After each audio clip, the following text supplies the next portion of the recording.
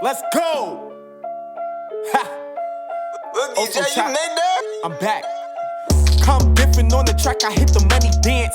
Niggas talking funny cause they my sonny, they fans. Jersey Kodak, snap back, gravitate, speak facts. Interlock, blow deck, make my way, I stay intact. Niggas wanna talk that extra shit when I jump in the booth, bitch, I don't miss. Stop my feet by full time, my cousin know we on go time. Now they mad with the outbound, no one. Ain't giving no attention, who phone them. Roll they ass up like I'm bowling. Oso Chop, get dressed, he going. This shit is serious, niggas delirious. Foot on the neck cause they know I'm curious. Fat, five, furious, make my way up from the hideous. Illiterate, pop them tasks cause they know I'm into it. Rap that shit cause they know I swindle it. Hit my energy, Miyagi management. Ay, what's the plan? Got at the band, these niggas they be fans. Rich wop, make my band. Straight to the top, I make my stand. Moonwalk, we ain't friends, how they let your ass in. Sour outs, that shit offensive. I be watching niggas grinning when they put my name up in it. Competition, now you timid. Rap that shit, I'm on a mission. Got something to prove, I'm size 11. Fuck we reppin', I'm a legend. Don't ask questions. 42098, I'm the one that appreciate. Oh my god, I'm on the roof, looking down while you looking up. See me in the sky, so look, my little brother save his buck. He know which cuz fuck with us. We don't get no fuck who up. Worry about my family cuts, raised by the best, you can't tell me less. My mama, she pretty, she blessed. My daddy don't settle for less. Oso Chop gon' get his rest. Gotta lay flat like paper text. Rap that shit don't got no drip. Niggas flip, get out my dick. Niggas ain't coming up off my shit. Call no face up for some tips. Niggas flippin', hit the booth. I snap right back, I'm waterproof. Mouth so lethal, you amuse. You don't got no drip, bitch, you fool. I'm rapping, I'm snapping, got aim. You trippin', you can't feel my pain. Learn to stay up in my lane. I don't want no parts of the fame. Love you, Louis, love you, Audrey, love you, Keisha. Remember, shorty, names gon' live in vain. That's on me. Write my words like a testimony. Hating niggas give no credit. I don't get no fuck, I'm better. Hit sideline, I ruffle feathers. Stop my toes, I know I test them. Triple don't want no double fiddle. Watch shit, they crumble, giggle. These people be sizzle. Rap so fast like a missile. Heart so crippled, tongue so vicious. Bitch, I'm that. I'm the one that got the home run, got the bat. Niggas mad cause I'm on they ass.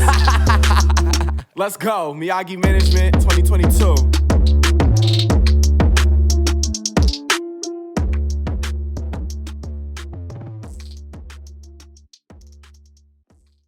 Politics as usual, season 5. We got a special guest in the building, Oso Chop. What's good? What's good? I'm in man. the building today.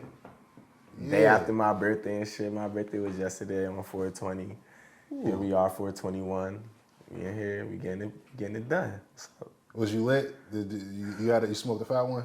yeah, I smoked the fat one. I didn't get lit though. Like usually every birthday I'm like getting smack.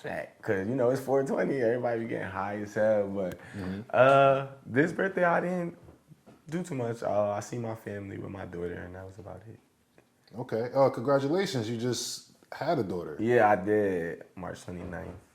That's special, man. So, Congratulations. Yeah, we love to hear it's that. crazy being a dad. It's definitely crazy, but I think we're gonna get into that in the I think we're gonna touch on that for sure, like because we want to know about that and how, because that's important, you know, especially being a father and, you know, being present, you know. Right. That's yeah, I definitely think that's important. I always, as you see, my dad right there in the back of us. Yeah. So I always have my dad there for me. So when I knew I was gonna have a child, I knew I was gonna be there for mine because he didn't teach me that. That's me. So, and the next generation is what's gonna change the world for the better. So you gotta do for them so that they know what to do for themselves. You feel me? When they get out here in this cold world. Facts. For sure. So let's start like this. Where did you get the name Oso Chop? So my name was Chop 1800 at first, and I changed it to Oso Chop just because I didn't like the type of how can I say this? The type of attention that Chop 1800 was getting was from like a lot of, I guess, gang activity, and it's just like I'm not in no gang. I was never in a gang. I like Kodak Black, and I fuck with his whole shit with the whole 1800 shit, but that's gang shit, and I wasn't really on that. So, and my dad ain't never really raised me like that. So I had to change my name just to bring a different light to me, because I didn't want people just as soon as they see Chop 1800, it's like, oh, he's this, he's that, or he's in a gang, or he's on this street with these people, and people just be assuming too much. It's just like, nah, I had to cut that off and you know, think smarter. That's all. I like Oso Chop, even like with the 2 P's at the end. I think Yeah, that's different. yeah, I definitely put the 2 P's at the end because I was like, if somebody else come up with the name Oso Chop, then they probably gonna put 1 P. Yeah. I'm just like 2 P's, like I doubt it. Like, I'm just gonna take that. And plus, Instagram had it up for me. Like, it wasn't nobody that had the name Oso Chop with 2 P's. So I'm like, I bet I'm just about to just get that. Word. But Oso Chop with 1 P, I think Instagram had that up there too. It's just that I just wanted 2 P's. Like, I wanted to be extra. Hey, That's me. Why not? That fits your profile. For sure. You know? That's peace. For sure. We was definitely just turned up to some Oso Chop. We was in here. Pops was showing us some of the moves and whatnot. Like, you definitely got a vibe, man, that a lot of people could connect with. We had like some Jersey club joint. You had that mix. I got some Jersey club joints. I actually made a Jersey club song when I was in 8th grade. My cousins from Lakewood, like they went viral on YouTube damn near by now. Yaya, they used to do songs with Mike Gibb.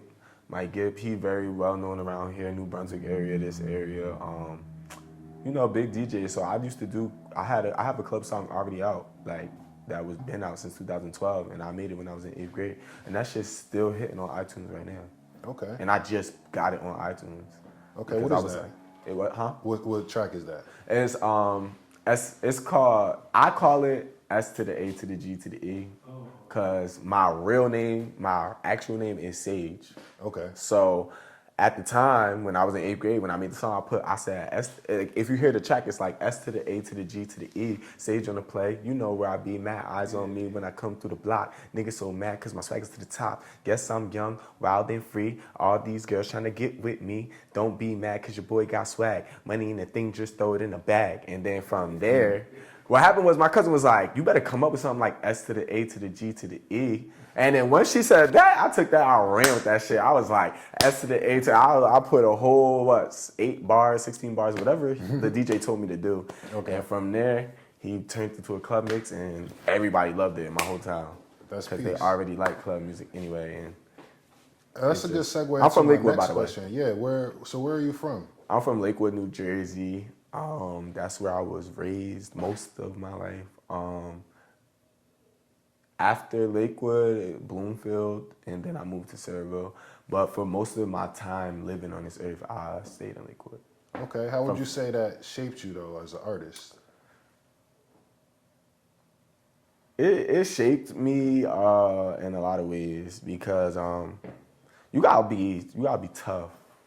And when I mean tough, like you ain't gotta be tough physically, but you gotta be tough emotionally and mentally. And I learned that over the years, especially being in Lakewood, living in Lakewood. Lakewood, like public school for Lakewood kids could get really cruel, and it was really cruel. I don't know about now, but when I was going there, it was really cruel, and it wasn't no outlet. Like, there wasn't no outlet for you to go and be like, here, I need some help. Like, this is what's going on. Like, this is how I feel. It wasn't no outlet. And I learned that over the years, that molded me from the outside world because I was so hurt over what people would say, this and the third. But because in my hometown, they already used to do that, and then school was just berserk crazy. Like, it was no type of control in the schools. We just had a free for all the kids that, like, when I got into the real world, it just shaped me to be like, man, look, take shit for what it is, eat that shit, move on. If you're not gonna eat it, move on still. Like, you feel me? Whether you're gonna eat it or you're not, like, move the fuck on and learn yourself and love yourself for the most part. Not everybody's gonna like you, and you're not gonna like everybody. And the faster we get to know that, I feel like the better. Because I feel like in high school and growing up in Lakewood, I always worried about what everybody thought of me and what they were saying and who did defend me, who didn't defend me, who had my back, who didn't have my back. And then it's just like, as you get older, you just start to see people who really there for you gonna be there for you. For sure. You just be yourself. Word Keep it pushing, be yourself, and nobody can really take from you off that. Like, they can't knock you off your pedestal when you yourself, because you yourself. Now, when you faking it and you doing other things and all that other wicked, then other things come into play. But for the most part, if you yourself and you being authentic, nobody could play you off that. That's what I took from life, moving out of Lakewood. I think people are like young black men everywhere can relate to that. You know what I mean? Like, and I feel like, that is. It's a lot to do with young black men too nowadays because we're under a lot of stress already growing up in our household. And then we already think that we're supposed to take on the whole world to take care of our families and this, that, and the third. And, you know, I realize that. That's all I'm saying. I realize that. I see the way other families are compared to mostly black families. And their parents don't put that type of pressure on their kids the way our parents do. But it's not like our parents mean to. You feel me? It's all subconsciously being done because if the next generation don't know, how they gonna teach us? If our parents didn't know, how was they supposed to teach us? They did the best they could from knowledge. You feel me? Just from what they, you know. And a lot of people don't know, a lot of people don't think like that. A lot of people don't think like that. That's peace, Chop. It really is, and I like to hear that you have that understanding because that message needs to be put out there more. Yeah, for sure. I feel like that. We, how can I say it without being so cutthroat?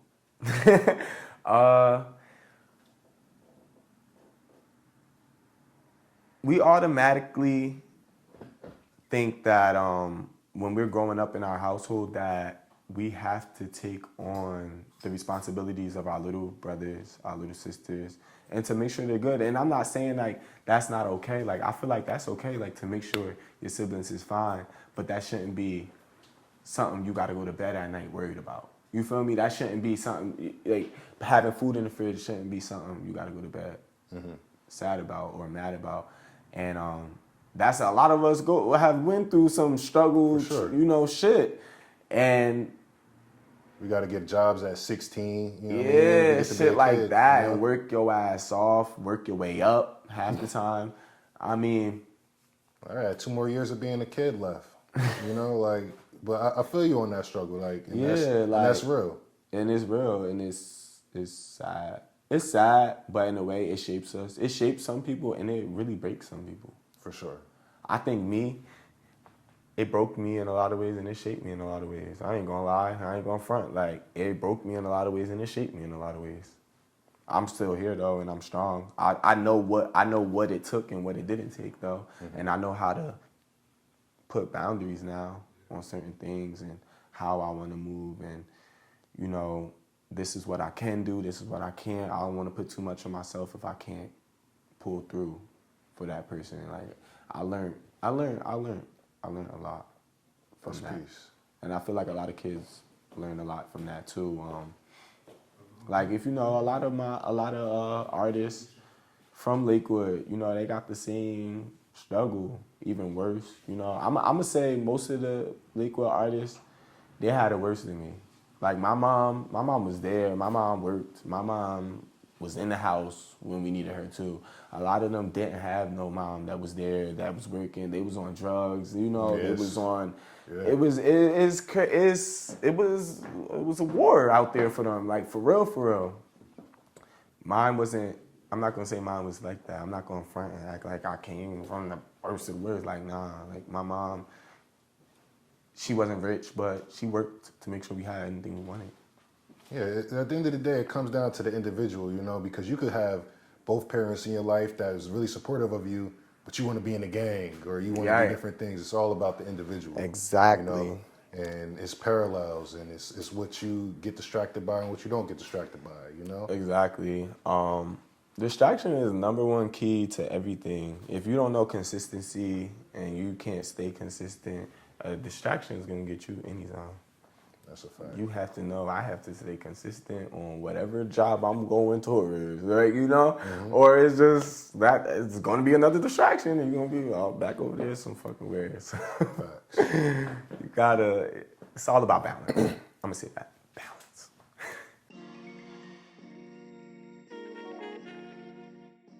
How has fatherhood began to change you as an artist? In every way almost, because it's already, like before I was already thinking about what I'm saying before I say it, but now it's like 100% what the fuck you saying before you say it. Like, you know, so That it changes the way that I treat others too. Like the way I treat females, the way I talk about females. Cause now I got a daughter, and that shit is real. And you don't want nobody fucking doing that to your motherfucking daughter, or disrespecting your fucking daughter. Like, and I really be trying to tell myself now, like, watch the way I be coming, like for real, because when you have a child, bro, the way they look at, the way you hold them, the way you look at them, the way you touch their hair, the way everything, like that's you, like that's you. You don't never want nobody to fucking touch that, hurt that, disrespect that, none of that. So I feel like we so easily nowadays to disrespect women so fast, like it's nothing, and we don't give a fuck. It's just she the next bitch. You feel me?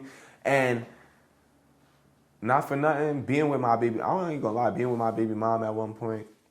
We may not be 100% together right now, but being with her at one point, she taught me that. Like, she taught me, like, yo, these men out here don't have no respect for women. I don't know how the fuck they was raised. I don't know how you was raised. She even told me, like, I don't know how you was raised. You feel me? But I know your dad and I know your mom, and they ain't raised you like that. You feel me? And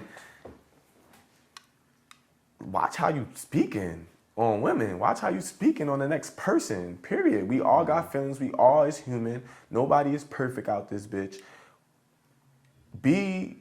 Don't be cold all the time. Learn to warm up for once. Learn to be yourself and learn to stick up for the next person too sometimes. Don't just let shit slide. A lot of us let shit slide. We see shit happen to other people and we just let it go. Right. You feel me? Speak up sometimes. Or not, if it's not sometimes, 1 to 2 times. Because you never know what you be doing to help that next person. You could be helping them. And that's important, because you mentioned how you're like one of the talents that you have outside of music is helping people. Yeah, you know, and that's important. I feel like that because my dad was big on mental health. Big, my dad is big on mental health, like always. I remember being like 5 and he was teaching me how to meditate. And I was like, what is this? Sitting at the table, like, he got me meditating. And in high school, had me meditating. And I was like, I don't want to meditate. I don't want to do these things. What the fuck is this? Like, this is so boring. As I got older,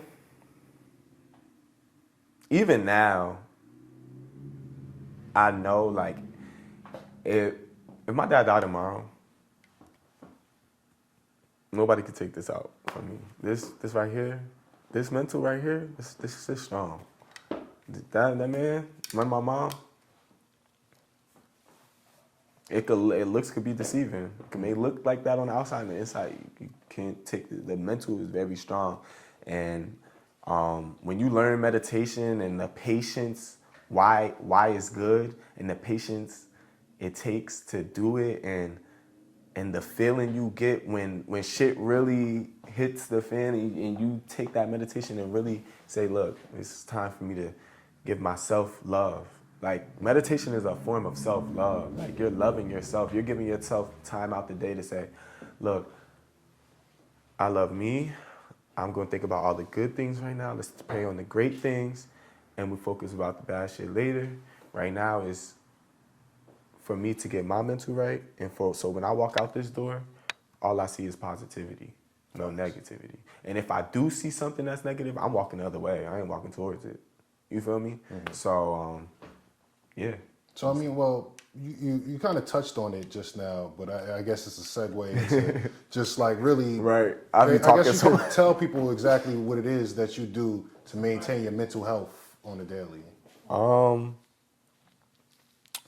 Well, I would say meditation. I'm gonna keep it all the way above. I'm not consistent on meditation right now because I'm gonna say I don't want to make an excuse for myself, but I'm gonna say I'm still young, and not every day I wake up and meditate. Like, some days I just don't. Some days I forget. I'm human still, so I'm not perfect.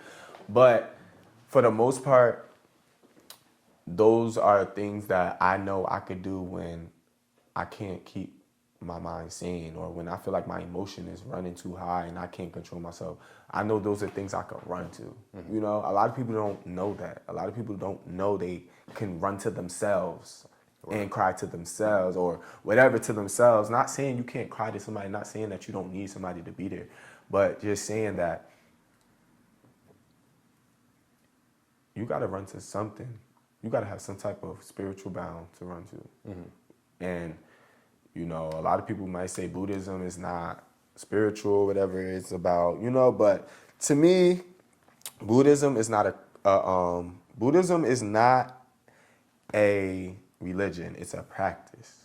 In other words, you do it to keep yourself sane and good mentally, physically too, and to put out good to give back. Namio Renge Kyo. My dad used to say that all the time when I was in high school, and he used to sing it as a song and chant it. Namio Renge Kyo, Namio Renge Kyo. And people would think my friends would think my dad was crazy. Knowing he was doing something to level himself out, keep his mind sane, knowing he was doing something to keep